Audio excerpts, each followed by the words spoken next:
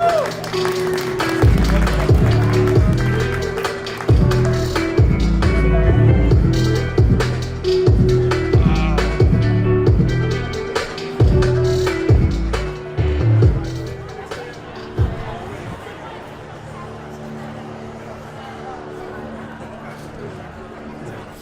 gonna we gonna have everybody funnel on in, or everybody stand over there. We got two different crowds. Hello. Happy hour.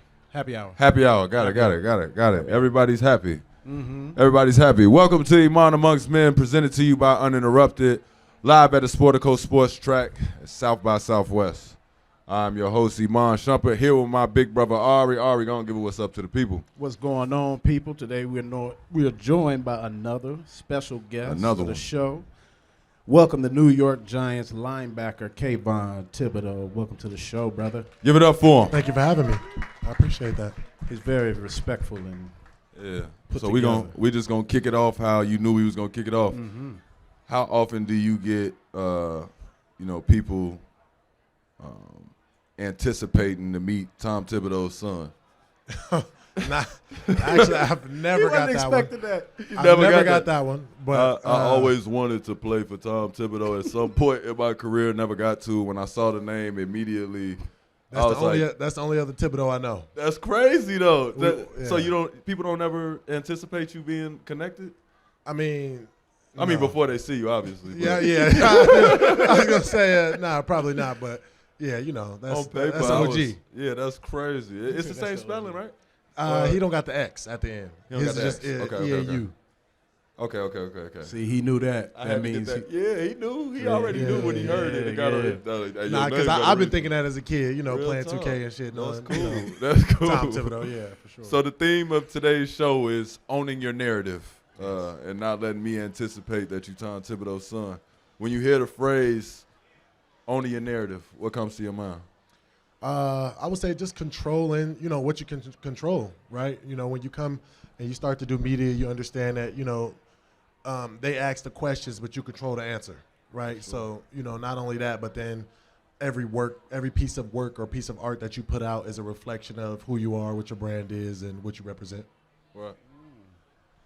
How do you feel like the athletes in today's game, how you feel like they're empowered by telling their own story? I would say that now, through social media and all of the other outlets, they've been more, controllable mediums. Before it was just kind of, the big companies who put out, a lot of information, and now everybody kind of controls their own narrative, right? This is an example of that, and having your show, having a former player show where you get to control, what stories are put out there. So nowadays you see athletes from, as young as high school and on, being able to, express who they are and put themselves out there. Where does that interest come from? I would say for me personally, you talk about how we see in the mainstream media everything being kind of contorted to push a message. And now that we can control our messaging and we can be a vessel and be an outlet for other athletes in the next generation, I think it's all for the better. Who are some of the athletes that you view as the pioneers for the medium that you talk? I like that you called it a medium. I would say, obviously, you got LeBron as a big one. I mean, you guys are a testament to it. Yeah. When you talk about, I think Kyrie Irving is a big testament to it, and kind of going against the, and not necessarily going against the grain, but standing in your own light and being able to represent, who you kind of are, stand up for. But like you said, sometimes controlling your narrative can be viewed as combative. Exactly. You know what I'm saying? Because you won't allow somebody to come in and just say what it is or what it is that you do or what you're trying to push out. I think sometimes standing in your own, though controversial, it brings enough attention to tell your own story and to get everything on the right track so people understand you. Because I think that a lot of athletes have been able to do things away from the court, away from the field. And like you said, there's still that bigger ceiling over them kind of controlling how much can be said and what could be told, what jewels we're grabbing out of that paragraph. I think it's cool that now we have so many guys that can control that narrative, because I think it's cool to see the bravery in what they have to say and what they want to do. We were diving into some of your stuff. We got to see you doing a lot of the stuff. We were talking about it, the organic community service stuff, the stuff that's not, I don't know what you guys' stuff is called. Ours was NBA Cares. We have to do our mandatory appearances and everything, but it's cool a lot of times to see what guys do for back home. Exactly. That they don't post, they don't promote, but being able to have these mediums, if they don't want to promote it, a lot of times we do a lot of investigative work to find it and pull it out so that people do hear about it, because that's the cool stuff about the narrative that we don't get. You know, it's funny when you talk about that, because there are a lot of big athletes that represent a city or a town, you know, and the old school guys, the Charles Barkleys, the Michael Jordans, the old school guys, you always hear about them and how, you know, they either did or didn't impact the city on a local level, you know, and what they did in the community. So for me, it was like coming from a big city of Los Angeles and understanding how, you know, it's a big city, so sometimes there are a lot of pockets of the city that are overlooked. And now being in New York, you know, you got to stand for something. And there are a lot of young kids that look up to us and expect us to, they use us to be the role models. So now it's like, what tangibleness can you bring to the table for them? And how can you, you know, be that mentor that they don't have? Word. You know, we played in New York. My brother was actually out there with me, living with me at the time. Can you talk about that spotlight from the New York City media? I would definitely say, you know, that it's a small window. You know, if you play in a small city, you got time to get better. Yeah. You know, you got time to put the ship back on the right course. But in New York, under the microscope, it's very, you know, limited, right? It's always, you know, you only got a 15-minute segment to show why you're the best. And you know, now for me, being on this big stage, I think it just only allows me to get to my greatness on a faster pace. Compared to LA, do you feel like it's too intense? You know, it's funny. So, you know, when you compare like the fandom to LA, like no one's a real fan in LA. You know, if we're in LA, you can see LeBron walk by and you'll still just stand in line to get your coffee. He said it. He said it. Yeah, that's the truth. But in New York, you spoke on this on his own, guys. Yeah, you see somebody in New York walk by, everybody's gonna stop the show and go you know, pay homage or pay respect to the athlete or the entertainer or whoever it is. It's really like that? Say it again. I said it's really like that? Mm-hmm. In comparison to LA? Oh yeah. Oh yeah. So y'all are cool. I mean, now don't get me wrong, not LeBron himself, but that's what I was gonna say. I'm like, you talk about when Westbrook was there. I mean, dudes was dudes was walking past him like, and I'm like, yo, you guys know who this is? It's Russell Westbrook. But that's LA. That's everybody's a superstar in LA. Everybody, all the superstars come there, so they're expecting. Yeah, it's Hollywood. Copy. I think New York media, to me, it's crazy because initially when I got to New York, they warned me of the media. They like told me this media would come, it's up and down, stay even keel. I felt like I had a good preparation for it. Yeah. And because I was just a Chicago kid and y'all had a lockout for a bunch of months, I was just like, I don't care. And then it wasn't real to me. We got halfway through the season. Come on. And I felt how real the media was. We went on like our first losing streak. It would have been like 3 games straight. It was early on. To me, I just lost 3 games. I'm mad about the games, but I'm like not thinking we replacing our coach. Yeah, like, they like coaches on the hot seat. Yeah. I'm like, what? Hey, your rookie probably a bust. He was the worst pick ever. Like, Iman, they like, he injury prone. I'm like, dang, he fell on my leg. Yeah. Like, how was I supposed to? What am I, invincible? Like, what is this? You supposed to be. Get hurt. I'm like, people get hurt. What's going on? They're like, Stat don't want to be here. Melo don't want to be here. I'm like, what? I just got here. I love playing with these guys. Yeah, like, this is fun to us. I still like my job. I'm like, we having a good time. We lost the game, but it was like the whole city felt like, oh, man, we need a change. We need a trade. And I was like, wow, this is real. All from the media typing up a quick article about a hot seat. And now all the fans don't. We not trusting. And I'm gonna tell you, me, like, I'm a guy.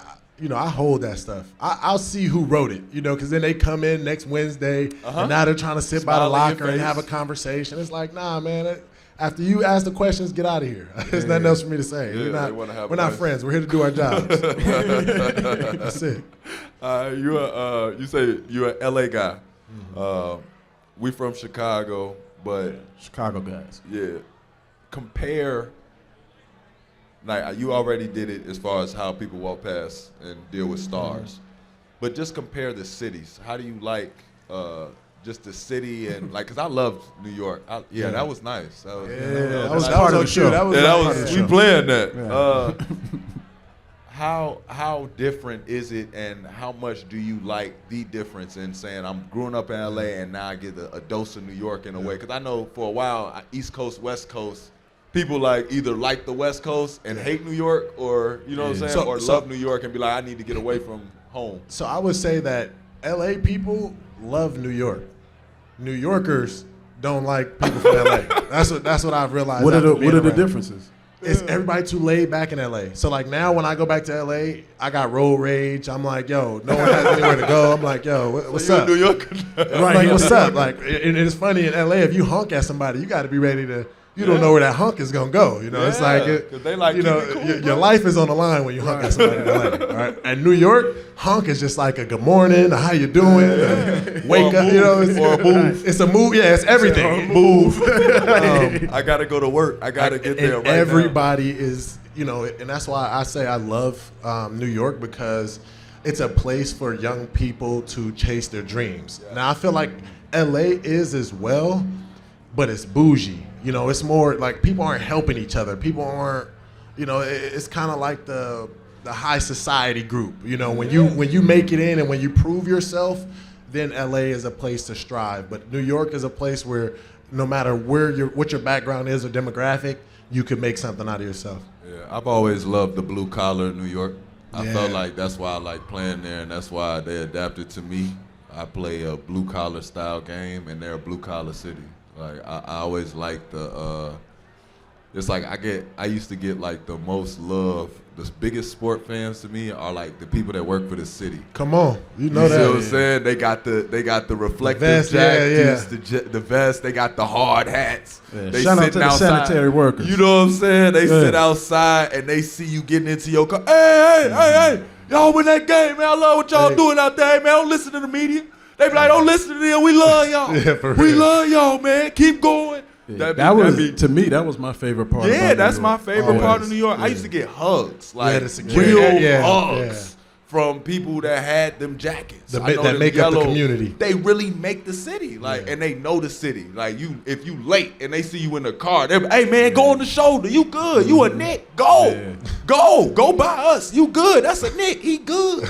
They'll take you to the stadium yourself if they could. If they had lights, they'll take you to the stadium. But they really love their sports, and I always loved that. I always loved going there. I always felt like I should always have something to do while I'm in New York. Yeah, because they will make you feel like you are the laziest ever. Like, you are so lazy. Get up off your ass. Yeah, they be moving fast. They got something to do, somebody to talk to, a call to ignore. You know what I'm saying? They got something to do, something they got to be doing. So I always appreciated New York for that. It kept me on my job, kept me on the hustle. That's what it is. Yeah. They want to make sure you still working. Keep me on the line. What's the biggest misconception you had about living in New York before you got there? I would say... Look, he was ready. That was a good one. A misconception about New York is that... Well, for you, I was gonna say that everybody's mean, but everybody is pretty mean. everybody is pretty mean in New York. But I would say, but it keep you on the straight and narrow. It does. Like they don't hold it to you though. They're mean, but it's still love. It's not personal. It's like it's rude. Yes, it's just like but you like it because you'd rather have people be real than like. They fake like that's LA. LA, everybody fake like they like each other. Like, like in LA, all of these people would have walked over here. This is like some New York shit. We're having our drinks. We don't really care that much. And I appreciate it though, because it's like shit, hey. At least the people here really care. Real talk. Y'all really care. Y'all must be New Yorkers. Yeah, you got it. Somewhere on the East Coast. Yeah. Appreciate that. So you were at the start of that NIL movement, so to speak. You were at Oregon. Take us back to what's that like when the financial landscape finally changed for athletes? Yeah, so I take you back to like 2021. It was like, I think July 6th. Yeah, I think it was July 6th, 2021 was the day the mandate kind of changed in NIL, for those who don't know his name, image, and likeness. And basically now college athletes can get paid for their likeness. So shout out to that. Shout out to that. Yeah, get these college guys paid. They don't care. But get these young guys paid. But when you talk about being able to reap some of the benefits that all the corporations were already reaping, it's like it's amazing. It's a new landscape. And the funny part about it is like they didn't think about and talking about the legislation around it. They didn't think about how to educate guys on getting deals first. They thought about how to regulate the amount of money they were getting, right? So now if you notice, like, everything's all out of whack and guys are getting paid millions of dollars because they couldn't figure out how to regulate it. Now you hear about GMs and things like that, but during my time, they wanted you to, implement, like they almost tried to tax it at an NCAA level, which was crazy. Like the NCAA thought we were supposed to give them a portion of the funds we were making. It was crazy. It didn't actually happen, but this is something that they came and tried to talk about.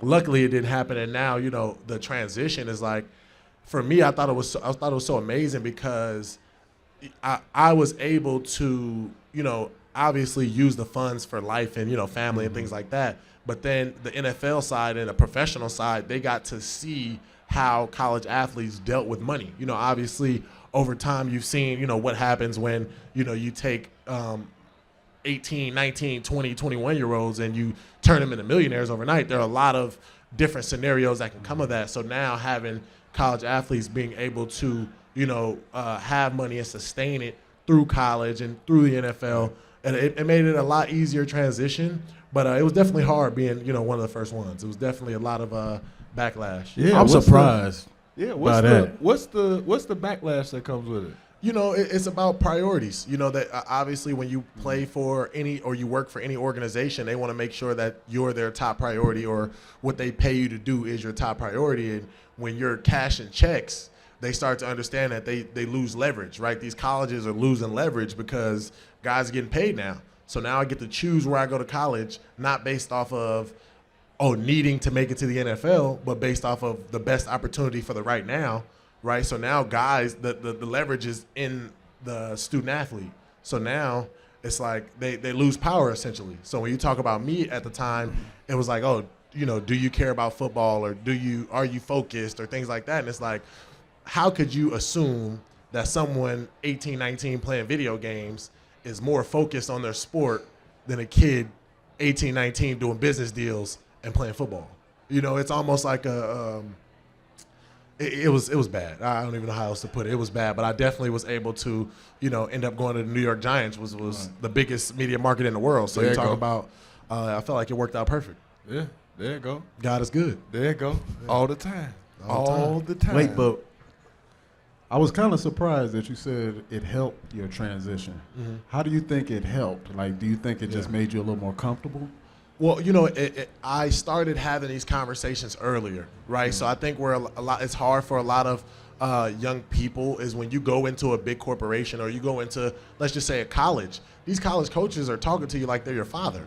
And really, we're 18, 19, 20 years old. So it's like when you can go into a place and you have talked business, you know how to give respect and demand respect. So now I'm able to transition and go into these pro, meetings, and I'm able to pitch myself as an athlete and as a brand, rather than just being some young guy trying to get paid.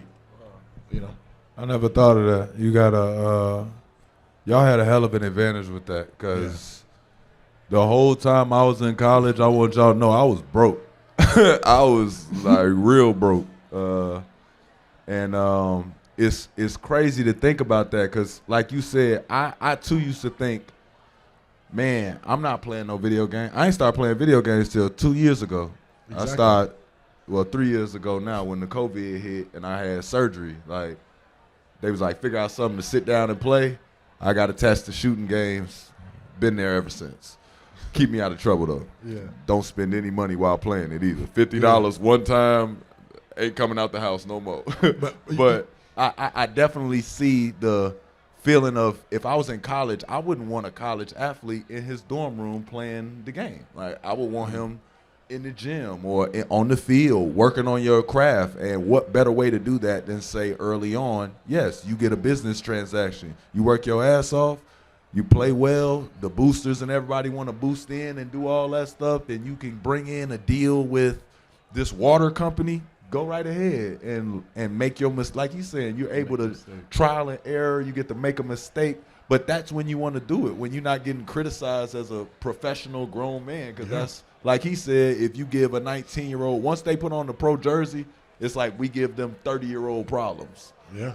You get what I'm saying? I never looked at it that way either. Yeah, like you got to think, every athlete within their first 5 years in the pros, they're making enough money on paper to be a 50-year-old man to everybody else. He's dealing with a 50-year-old man problems. You know, the 50-year-old man tax bracket. That's the only people that can understand you. They all 50. All of them 50. You imagine I'm probably the youngest person in this whole hotel right now. 23. So and he just sitting here rubbing the shit in. Right. I don't know why he thought to say that shit, but hey, it's amazing. Thanks. He like, it's amazing. Like, you just made me the 50-year-old. That's crazy. I'm young still. You know. But seriously, you have those kids. You're 19. You give them man all that money, and then you mad that he made a little hiccup. That man got like 20 years to figure it out. How you mad at him? Because he made it to 50 years old at 19. Well, I would think it's because you paid him. Well, I'm just saying they get mad as if they're not judging a 19-year-old with no experience. The part too was they were comparing me with guys who weren't doing deals and just playing video games. So it's like I'm making money and playing football 4.0 and looking out for my family and doing community work, but guys sitting around playing games, they're more dedicated to the sport. Focused. They're more focused. And they're more focused on the innocence of the game. Come on. So you talk about, it was, and I said this a long time ago. I said it's funny how they want us to play a game and everybody else is doing business. Crazy. Oh, they are playing a game. No, I forgot. They all playing a game. I like how you said You know what I'm saying? Everybody else doing business. Yeah. They ain't even, that went over their head. Luckily, everybody y'all else don't know. We business, so usually got the game. sound effects that come with it, man. We usually got the sound effects that come with it. Boy, I wish y'all would have got me July 6th, 2021. Come on. No, I got one more year in school if anybody. You didn't need it. You didn't need it. Bro, yeah. I don't know. You'd have ruined your life. That's not true. He'd have ruined his life. I think it would have grew me up. I wouldn't have did a lot of the stuff because it's like, yeah, I got money now. I don't have a used car. Like I had a used beat up. I still got it, by the way. Still got my 98 Chevy Blazer. I just cut the top off it. Wonderful car. We don't care. You don't. They don't even care. They having drinks. They having a good time. They don't care. Yeah, I still got my car, but if I would have been able to have a Ferrari, I feel like I would have played better against Clemson. Yeah. You know what I'm saying? Like if you pull up in a Ferrari or like a McLaren, you just play a little bit better that day. Like I'm not losing. Y'all took the team bus here. I pulled up in my Ferrari. See, this is why it's not. They was mad at me because I wanted to start wearing suits. I wanted to start pulling up in suits every game because I got the money now. See, you know what I'm saying? That's that 50-year-old man shit I'm talking about, man. All grown men. He looking like everybody in the front row. He looking like everybody in the celebrity row at the Knicks game. Come on, he looking like all them. Look how he dressed now. I respect it, brother. Hey, don't let me discourage you, brother. Don't let me discourage you at all. You do your thing. You've been doing. You hear me? What do you think of some of the contradictions that y'all still have with the NIL? I would just say there needs to be a little more education around it, man. There needs to be, a lot more mentorship in it. A lot of guys are trying to basically fend for themselves in a wild jungle. And a lot of great things are happening, obviously. But, I think there's it's just a lack of understanding of the reality of it. We think that everybody's getting paid. People are in the transfer portal. People are kind of dictating their futures on, the money. Yeah. And it's like, money is short term, and depending on where you go and the work you put in your sport or your school, that'll take you farther. Yeah. I've always I think the biggest thing for me with the NIL, I think is cool because we've all played with those guys in college where they say, when they like say it earlier, like he's gonna be a great college player. I just don't know if it translates to the pros. Now they can just stay in college. They can just stay in college. You feel me? That guy that like he's killing in college, but it's like you're not big enough to do that in the pros. They gonna change your position, or you might have to but they love you here in this college town. Yeah. You can make your bang and your dollar. 4 years. Get on up out of there with a degree. Women's basketball is a big testament to that. These girls are getting paid in college. Get your money. I'd be in college for 6 years if I could. They get paid as much as they are in the WNBA. It's crazy. It's crazy. That's what I was gonna say though. That's where the red shirt and everything. Because she's gonna make more money if somebody else. You think about like a Juju Watkins. I don't know if you ever seen young girl. She's a freshman at USC. She's about to get paid more than anybody will ever see in college sports. So it's like, why would I even care about going? Why you care. Well, of course. Well, of course. You know why she's got to go. You got to prove it to yourself. You got to. You got to prove it to yourself that you're the best. And I think I do think it takes a little bit of that innocence away. Yeah, I do. It definitely that does. innocence of. The only reason, though, because a lot of times it's just the generation before hating. No, it's what he said. No, it's a lot of times it is that, though. It's us hating when we talk about it, and that's why we're not educated on it, because we like, shit, they getting paid now. Well, like, no, I think, like, well, if you can't get it, a lot of people that can't get in on it, they don't get the education. Yeah. I still don't all the way know the ins and outs the way he is. He's way more confident and comfortable in it. But that's what I was going to it. ask. Like, how much of that do you think is ignorance versus just it being way too new? As far as NIL and the Controller mentor stuff. stuff. So I would say it's definitely new, but you think about everything else. How fast is AI accelerated? And I just mean that like how much time and effort people put into things. The reason they're not putting it into NIL is because the more you pay the athletes, the less. So now watch this. All these collectives that are happening. Watch how slow all of these buildings renovate. All these college places, they're not going to have the same amount of money to put into the college anymore because it's going to the players. So you talk about the change in the economics. It's like, why would I continue to help the economics of the athletes when it's taking money out of the university's pocket if I'm the university, right? So you talk about why is this a conversation? Wait a minute, how are they taking money out of? The donors. Like if I'm donating my money to my college and they're not paying the athletes, it's just going to the buildings. Think about it. The University of Oregon it looks like Apple. In 20 years from now, it'll still look the same. Why? Because now they're giving players $250, $1 million, millions, and there's money from the donors. Wow. So now you got a big donor, like for example. So y'all donors, y'all just got to cough up a little bit more. And that's what the colleges are pushing. Now they're having they're separate funds. This is the collective for the players, and this is the collective for the athletic department. Copy.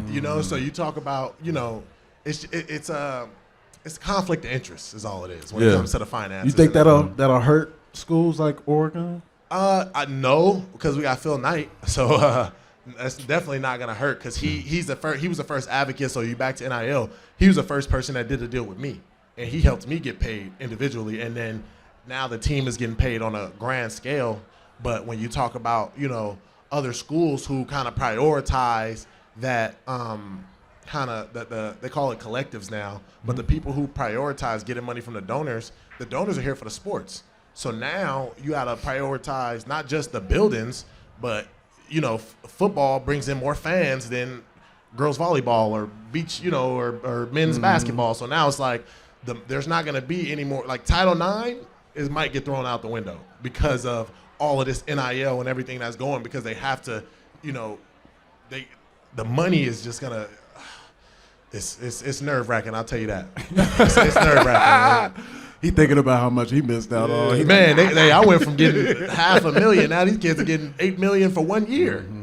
His quarterbacks getting it's crazy. But these are NFL contracts that are going out for these young quarterbacks, and that's why I say women's basketball. Watch, these girls are getting paid now. I love it. They should I love be. it. They're marketable. love They it. sure are marketing them like they want to get them paid. I've always wondered how I know them and they can't remove themselves away. Like, why they don't got as much money if I know them? Y'all marketed them enough for me to know them. Come on. Like, let's make it all make sense. What's the biggest thing you could say you pulled from a Phil Knight when you was at Oregon or after You said doing that mentored deal? you, right? Yeah. Okay. So I think it's the mentorship part, right? It's the reaching back, right? A guy like that who's a billionaire, he's done everything. You know, like he's literally done everything that he probably wanted to do in his lifetime, and understanding that, you know, the power is not just in the chase of the dollar, but it's in the impact that the dollar makes, right? So he's been a guy who's been able to not just impact the University of Oregon, but the whole community around Oregon. He was a track athlete, so he understand the student athlete and understand the dynamics between NIL and things like that. So he made sure that he helped every, you know, and I brought up Title IX because it's going to take, you know, a person like Phil Knight to make sure that the volleyball team, the girls volleyball team gets paid, to make sure that, you know, he's spreading the wealth around to all of these athletes. And, you know, I think it's going to continue to take, you know, more kind of outreach and being tangible from the big players and the big donors and the big people kind of around the corporations. But I think, you know, just having him around helped me, you know, kind of change my dialect and change how I operated from not just a business scale, but then, you know, when cultivating relationships. Yeah.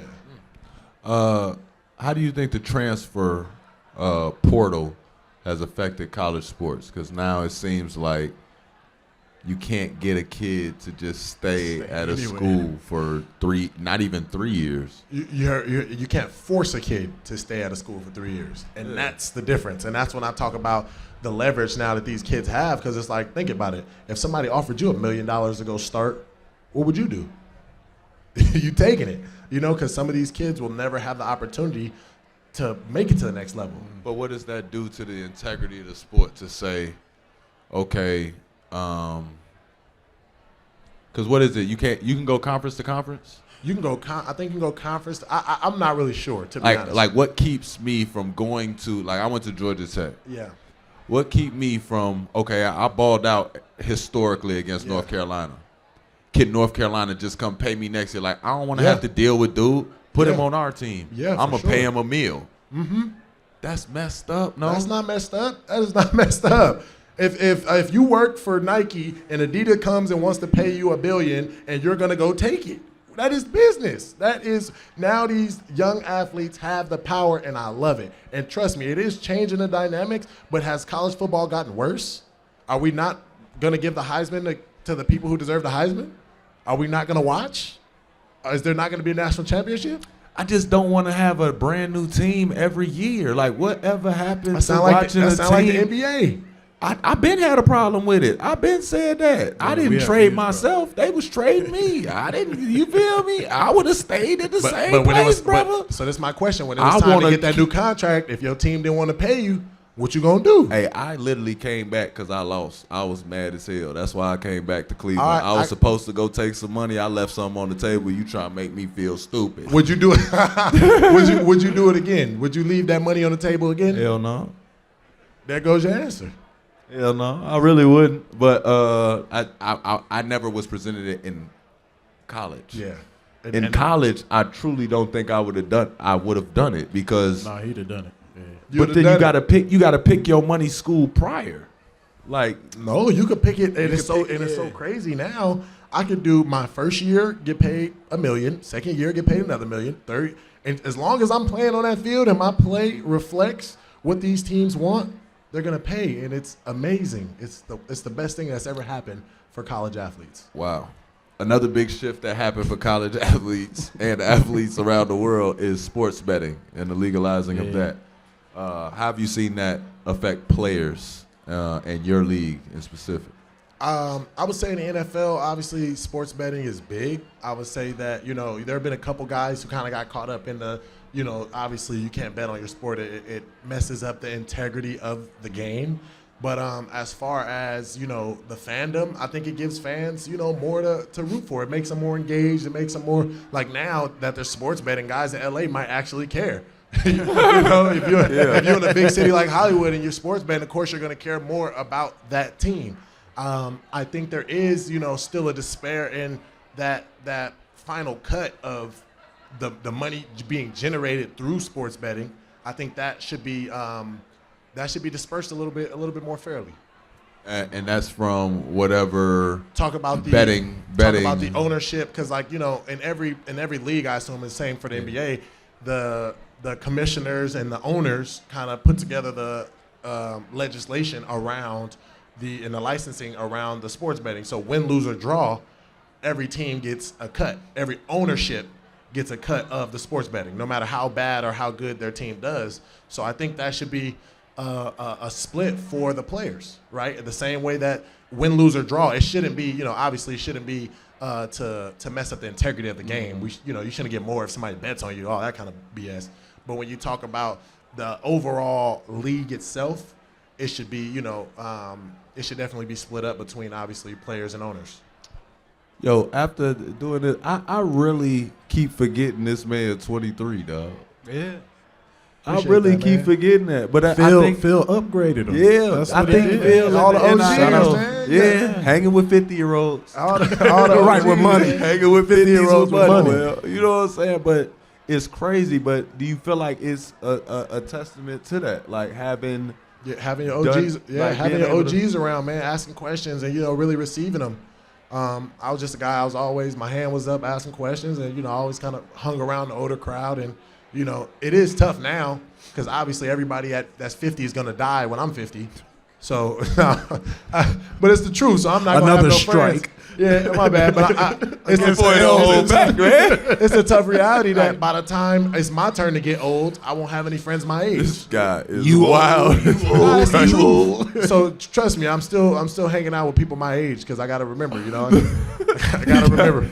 But you gotta remember. Exactly. My senior year of high school, I didn't have no friends because all my friends had graduated and gone on, and I was just kind of stuck right in the middle. I just think it's cool to see. Like, I just remember myself at 23. I don't even think I knew how much money I had. My brother, early on, we discussed with my financial planner that he only need half, just save. Yeah. Save, do this, do that, but I didn't see it. I didn't think about it.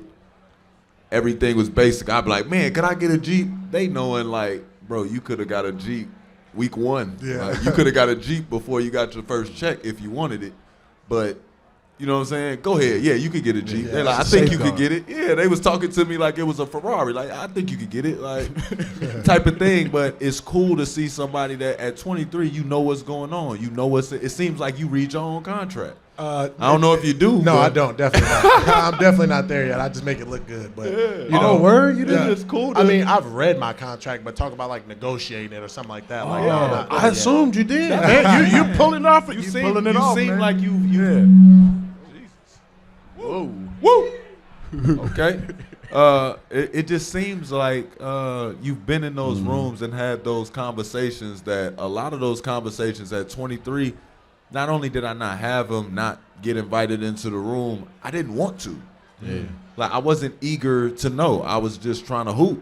You know what I'm saying? Like, I know a lot of people that focus on that. It's just cool to see somebody on top of their game as well as aware of everything that's going on and still fighting for guys that are coming after him to be able to make more. I think I've always been a guy to cut out the middleman, right?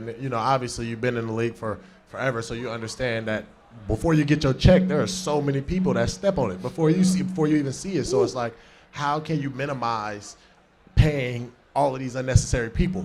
And it's by educating yourself and kind of, passing it. And now, obviously, with the internet and everything else is becoming more accessible, the access to information is there. Yeah. You just got to seek it and, implement it. So you're a Google guy. Oh, big. Now I'm a TikTok guy. Anything you want to find, just look on TikTok. It'll show you. And it's about a minute videos. It's got colors, pictures. Everything you need. All that. They got everything for you. As your career has progressed, how's your role in the locker room changed? Man, so it's gotten different. Like we say, the turnover in the league is so fast. You talk about getting rid of guys, bringing guys in. Now this is going into my third season, so You talk about coming in, being 21 as a rookie to now being 23, and I'm a vet, or one of the vets. There are a couple guys, obviously, that have been there for a long time, but for the most part, it's a new team, and we probably got one of the more younger teams in the NFL. So, guys are looking at me as, a leader. And then even my GMs and coaches, they were rookies on our team when they came in. So I was their first draft class. So they're kind of looking at me to be a pillar of the organization. So just trying to represent the right way and understanding that, every gem that I've kind of got from my OGs is meant for me to pass down and to, keep it going. You ever feel pressure just because you're so young still? I try not to think about my age just because, the greatest. Nigga could have fooled me, boy. I tell you, you could have fooled me, brother. Man, all these old jokes you got, boy. You could have fooled me. Exactly, though. But it's because, when you want to be great, all of the greatest people are older. There's not too many rookies that are in that they're considering the greatest of all time. Yeah, you see the example. So it's like if I want to be where they are, I have to emulate the path that they've taken. And if I can skip over all of the pitfalls and all of the adversity, right, by just staying diligent and doing the right thing, then so be it. I love that. I love the way you worded that. You want to talk about that running back stuff? Oh, yeah. Bothered you. We talked about it a lot before the show. Yeah. But there's a lot of talk about the free agent market and running backs and how they're supposed to be getting paid a certain amount and they're not. As a player, what's your take on, running backs being undervalued in the front office? So, like you say, as a player, you see, obviously, we've played our biggest heroes for those who watch football or don't watch football are running backs, right? So when you talk about NIL, Reggie Bush, when you talk about every running back that you've ever known in the NFL, is probably the biggest name or biggest face, and they're usually the face of the franchise. And it's like when you talk about how undervalued they are in the longevity of their careers and of the franchise, it's sad. Now from a business perspective, I get it. They're the only person on the field with 11 guys trying to hurt them every play. So I can understand how you're trying to protect your investment.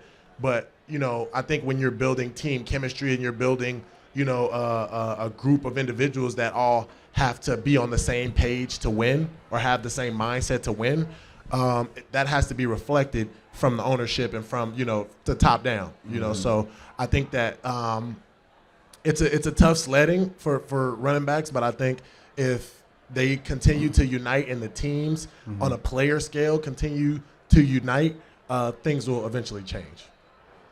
You think it's going to get better or worse in the next 2 or 3 years?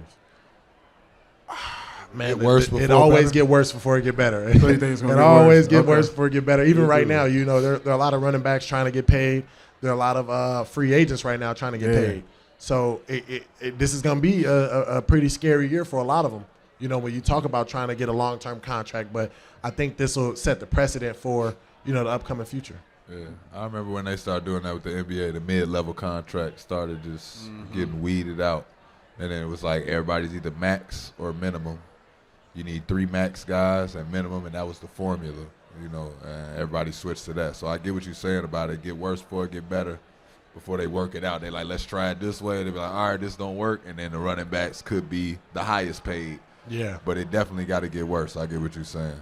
What do you imagine for yourself after you're done playing, if you've even looked that far? Retired Tibbs. Yeah, because your ability to switch it up, remarkable. Not a lot of players can do it. Not a lot of guys take off their jersey and are able to make you believe it as a businessman. You know what I'm saying? That's why a lot of them, after they're done playing, they're sort of like in a search for who they really are kind of thing. Kind of like identity crisis. I don't see that in you. What do you see for yourself? Well, first, I really have to separate my identity from my career, right? You talk about being able to understand that this is something that I've been, afforded a great opportunity with, obviously being blessed with the ability, but then understanding that, it's not for long, right? And knowing that when it does come a time that I got to step away from the game, I got to be prepared. So me personally, I want to make all of my decisions now for the future. So understanding and getting equity, making the right investments, saving. You can't out-invest bad spending habits, right? So making sure that my spending habits are right, and just understanding that when I retire from the NFL, I want to retire from work. I don't want to have to, start all over because I got a mansion that now the checks don't, add up to the bills. So just that perspective on legacy and understanding that right now is the most cash flow that I'll ever get in my life, and playing sports is the most cash flow I ever get. So just setting that up right and making sure it's safe and that it's constantly making money. Yeah, so not really having a plan B, but having multiple plan A's. I love that. Yeah. I love that. See, Kobe said make more eggs. He said more plan A's, no plan B. Yeah. He like mine's is better. You got any other mentors that you can highlight? Being in LA, you would assume that it's a lot of people, but other than, the uncles and the coaches and the kind of lower level people that were in my life, I kind of made sure that I seek the information. So how you bring up, like a LeBron, like a Maverick Carter, how they did it, and then understanding like, okay, I can emulate that because it's all public information, right? You can see what everybody's pretty much doing. So it's kind of taking those gems and nuggets, applying them to yourself, and then making sure that, I'm visible and tangible. Being here today, I appreciate you guys for having me, but this is just another opportunity to get in front of, a bunch of beautiful and well-decorated people that eventually one day I could go into business with, or, they might want to invest in me. Planting seeds. Real talk, planting seeds. But what's cool about it is, like, again, we were taught to try and do that, but we was all very weary about how to do it. It's like he said, like, the education behind it, like, we need to encourage more young guys to do that, like, chase the information, like he's saying. Go out there and chase information, figure out ways that you can sit in these seats and know what you're supposed to be doing, not be told what you're supposed to be doing. Because I feel like it's the same thing with somebody telling you to take out the trash. It's like if you was already going to take out the trash and somebody told you to take out the trash, you no longer want to take out the trash.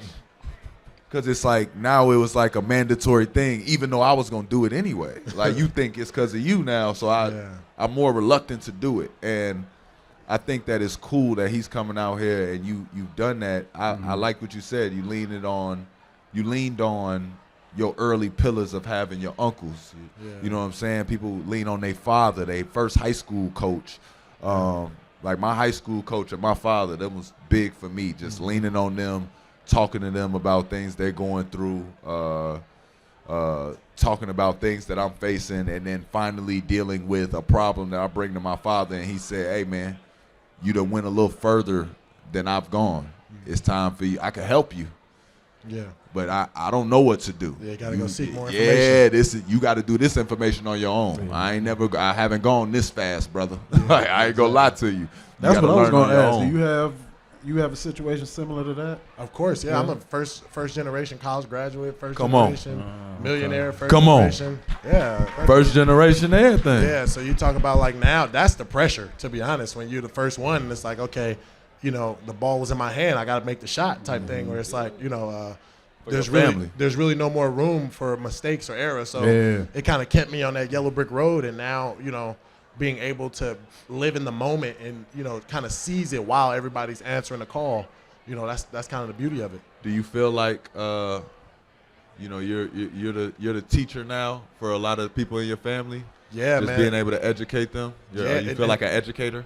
And I keep seeking more information, man. And, now I sound so well-spoken because I've kind of told this same story 1,000 times. But, man, it's been a long journey to even get here. And now it's like, it just so happened that I was wearing this. Like you say, I look like I should blend in. I should be on IT or something. Yeah, but, man. You talk about just putting in the work, man, putting in the footwork and staying dedicated and, continuously wanting to see the people around me better themselves and knowing that I individually have the access to the information. And it's like, it's only right that I be a vessel to everyone else and, kind of continue to share it and dish it out. I love that. Shout out to him. Right. That's the problem with our world. That just seems overwhelming.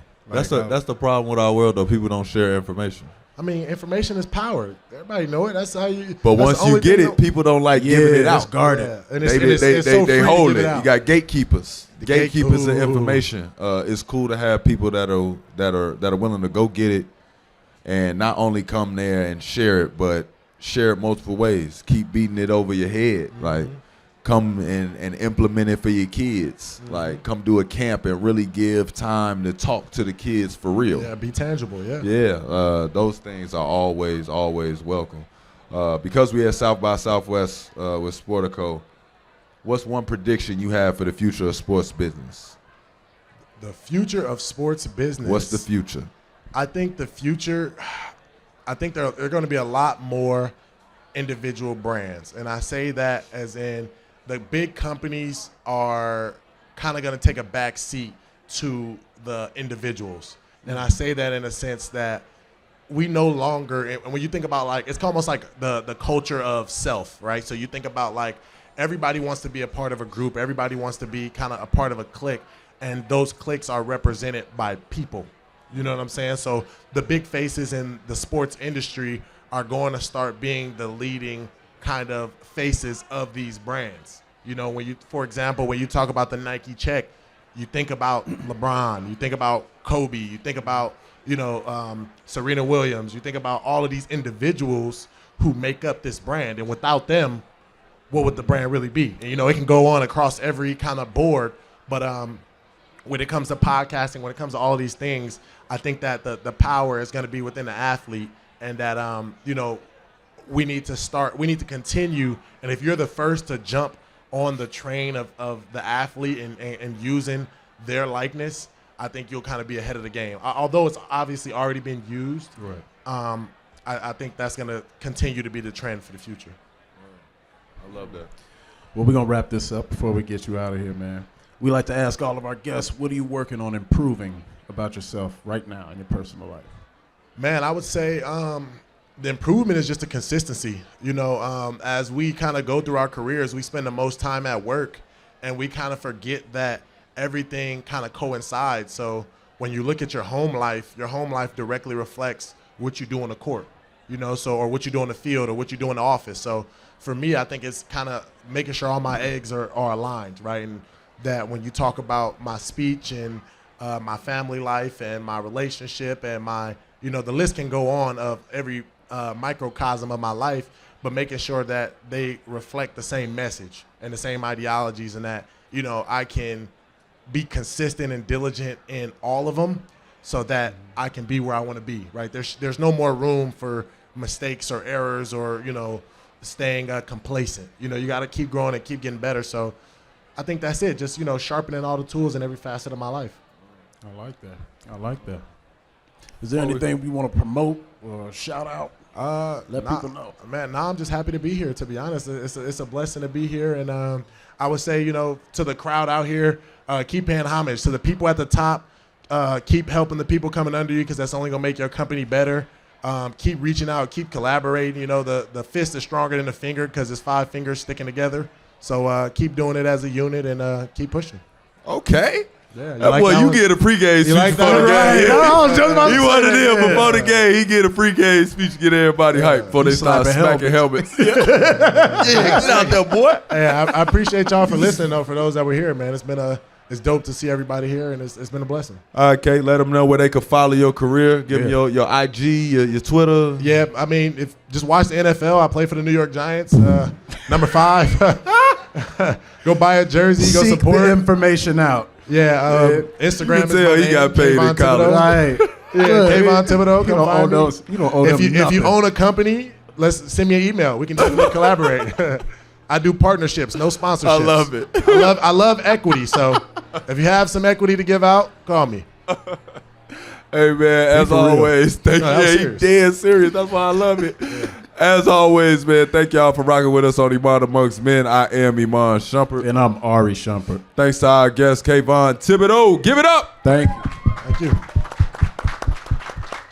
Now, for everybody at home, make sure to rate, review, and subscribe wherever you listen to your podcast. And to watch the full video episodes, you're going to head over to Uninterrupted YouTube and click subscribe. And until next time, y'all, we are gone.